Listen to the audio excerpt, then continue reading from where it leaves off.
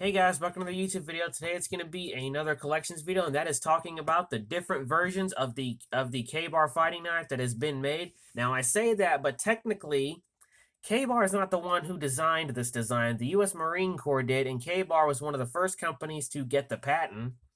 And sadly, though, I don't have an actual K-Bar in my collection. This is the only K-Bar I have, and this was the very first one I ever got.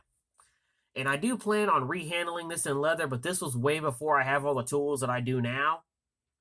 And this one is a K-Bar United States Navy knife made in Oakland, New York. And again, I do plan on rehandling this. I just haven't had the time to do it. And so sadly, I can't reference this because it doesn't have the original handle. I mean, it does have somewhat the original blade shape, but again... So anyway, basically what the U.S. government did is during the Second World War in Vietnam, they contracted with other companies so that way they can get more of these knives made because, listen, you're in a war. You have to demand as much as possible. And so the U.S. government contracted with other companies. So as you can see, this is the case version. And as you can see, it looks almost just like a K-Bar. When I first saw this in the display case at a pawn shop, I initially thought, is that a K-Bar? And he said, no, it's a case. I'm like, really? So when he showed it to me, I took a closer look at the sheath, and that's when you see the word Case XX. And when I opened it, I realized the knife itself said Case, so I was really shocked to find this, and I had to buy it because I knew it would be great to do this video with. And this one is not an issued knife. This one is basically to commemorate the ones that they had made for the U.S. Marines. Beautiful knife, and it's just a striking resemblance to the original K-Bar design. Again, that goes to show, yes, the K-Bar was the first people to produce it, but later on, other companies started producing it because the United States Marine Corps is the one who had the design, not K-Bar. And this is the U.S. Camillus version. This one's an actual issued knife. This one is a World War II one, and this one is a U.S. Camillus design. Again, very similar, but this one has a few slight differences. One, the blade's a little bit bigger than a K-Bar. And that's another reason I've not really messed with this. I oil it to keep the leather from decaying, but I don't really mess with this because I haven't had the time to clean it yet. But, again, very striking resemblance. Even the sheets, and it's another thing I can say, is the sheets themselves look just alike. Even down to the little hole at the end for a lanyard. Yep, it goes to show. Next is the Western version. Again, this is a Western Pat.0 fighting knife.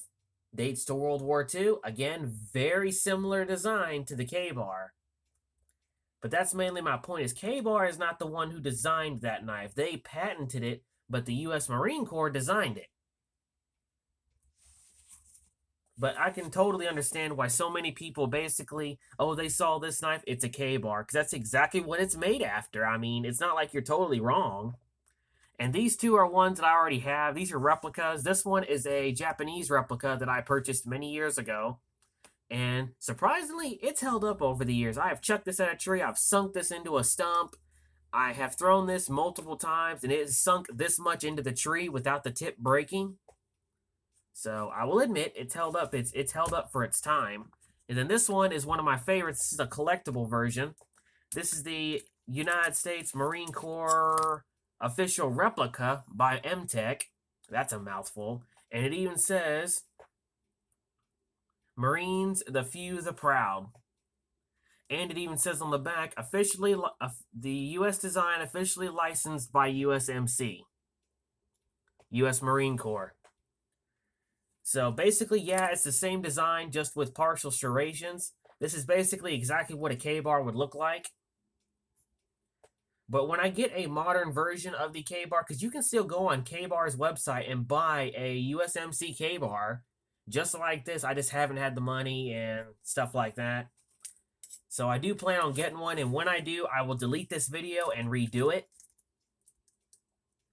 But that goes to show this one design had been copied so many times by other companies, but that's not necessarily saying they're bad. They've copied them pretty darn well. I've known some guys who still carry their K-Bars, who still carry their Camilluses. I mean, they're good knives. There ain't no secret about that. But it's really amazing how the U.S. Marine Corps can copy so many. Like I said, that's the Camillus, that's the Case, that's the K-Bar, that's the Western, and they're all almost the exact same design. And to even show you another one, since I don't have this one, I actually pulled it up in my book. Even Queen's Cutlery made their own version, because the U.S. military needed as many as they could, and even Queen's Cutlery made their own version of that knife.